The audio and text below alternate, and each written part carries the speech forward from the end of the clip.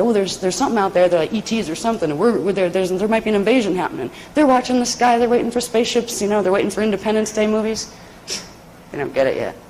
The invasion is coming through the bodies themselves, through the biofields of the people here, particularly the Illuminati people that have the vulnerabilities in their gene codes. On May 27, 2003, for example, there's going to be what is called the first wave. The first wave of D11 dark avatars coming into body on planet. They've already prepared the people. The people are already have their Metatronic implants activated. It's just a matter of going in for the kill. It's not going to kill the bodies. They're going to wear them. There are, I believe, and I asked for a check on this, it wasn't 2 million, it was 20. There are 20. There are 20 million, a wave of 20 million of them coming in for a full body snatch on the 27th of May alone. That's just wave one. Now, it's going to be interesting. So watch the eyes of the people on TV that are in political positions and stuff. Just watch them. Just see if they act like the same people. Feel the energy out around them. Except the interesting thing is, you might want to do that, unfortunately, with your neighbor or your minister or your doctor. If you're somebody important, you might get one personally sent just to mess with you. Somebody important means you have a lot to wake up to in your gene code, and you're actually a powerful avatar yourself that just isn't awake yet. They're the ones that they'll send in the harassment team for first. Now, this isn't good news. I hate being the harbinger of bad news. It's not a role I like. I remember I was eased into this stuff gently, so the people who are just coming into this, bless you, because I remember when they're progressively letting me know little bits more about, well, there's a few problems. You know, all the Ascension stuff is great, and you know, the Stargate stuff, it's all true and all there, but there are a few little historical problems that we kind of need to work out. I remember I went through, at times, feeling devastated emotionally. I felt horribly betrayed because I thought I was just going to be one of those New Age teachers like all the other guys, and we'd all get along really well because we were all on the same team. Oh, boy, was I disappointed. It was very, very hard, even with the fact that I've had knowledge of all of my incarnations open since birth. I remembered my fetal integration process. I remembered the Eoni, and I've had physical contact with them between the ages of 4 and 7, and I've had training with them all along. What they didn't train me was the full history records. They protected me from that knowledge. I have memory of being in the dramas that are recorded in the CDD plates. But even all of that wasn't enough at first to prepare me. When I started having to face the scope and the scale of the drama we're in, I went through, I wouldn't say I was afraid. It wasn't fear. It was just a very deep sorrow and disgust. Anger, but you couldn't even be angry. You're just, oh, forget it. Get me out of here. Yeah, that was my first thing. Can I please leave now? It's like, leave or go back to sleep, one or the other, because at this point I think ignorance is bliss. Unfortunately, that is a stance a lot of people will take.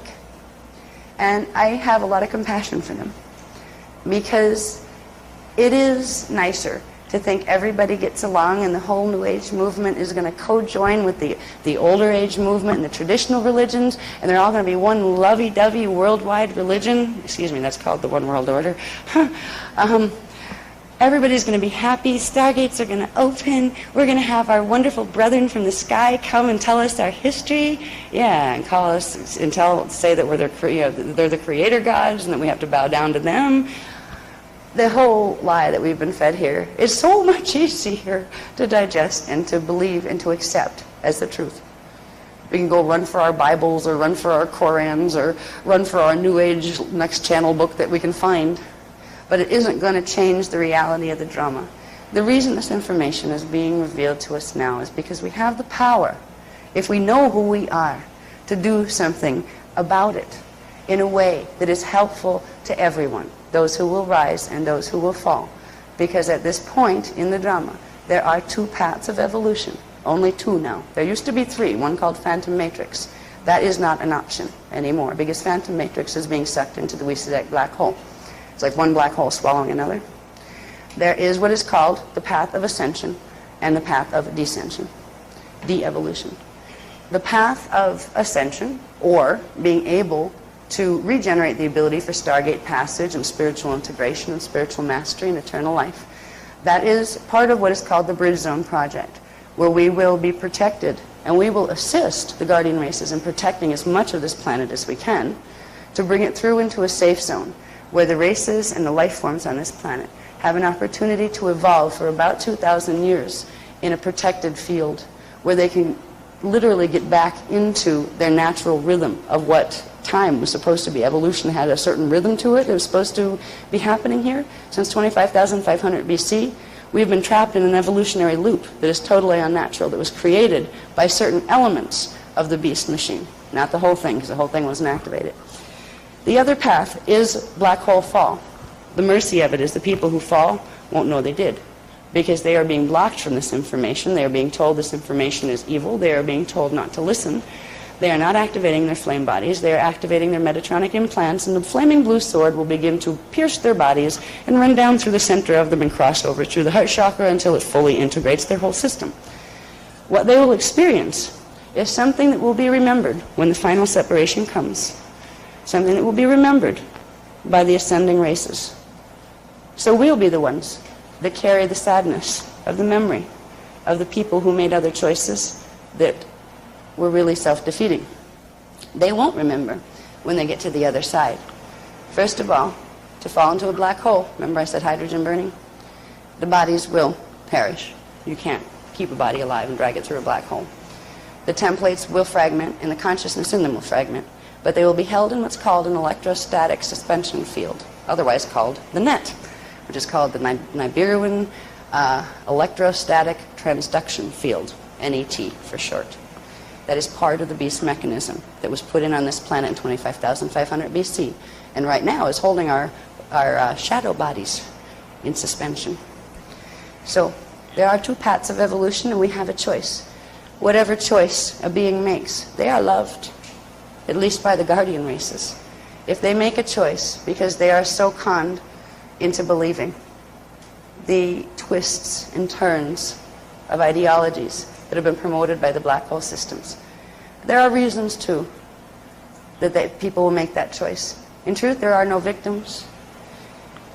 It may have been that in Atlantis, that same being decided to take the fire sword initiation, fully knowing what it meant.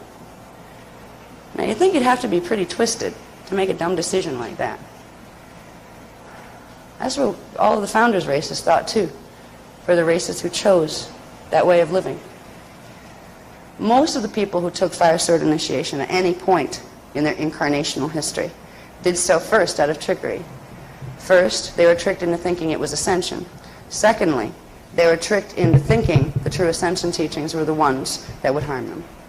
And they took the initiations, and once the initiations were took and the flaming blue sword's frequency began to activate in the body, it progressively allowed the mind to be taken over by the mind of a Weesadek, which are one of the ones from the big black hole matrix. And once the Weesadek's in your brain, there's not a lot of you left, because it thinks for you. You know, there's a system out there right now, a popular New Age system, that calls them thought adjusters. Oh, just call for your thought adjuster to come and it'll help you solve all your problems. It'll keep you from pain and all of these things. This is some of the nonsense that's being fed to people in the New Age movement, and they're not stupid people. The thing is, it's being done very cleverly, and it's being done with a knowledge that we don't have the original records to compare it to anymore. We don't have the memory of how things work, so okay, maybe it works that way.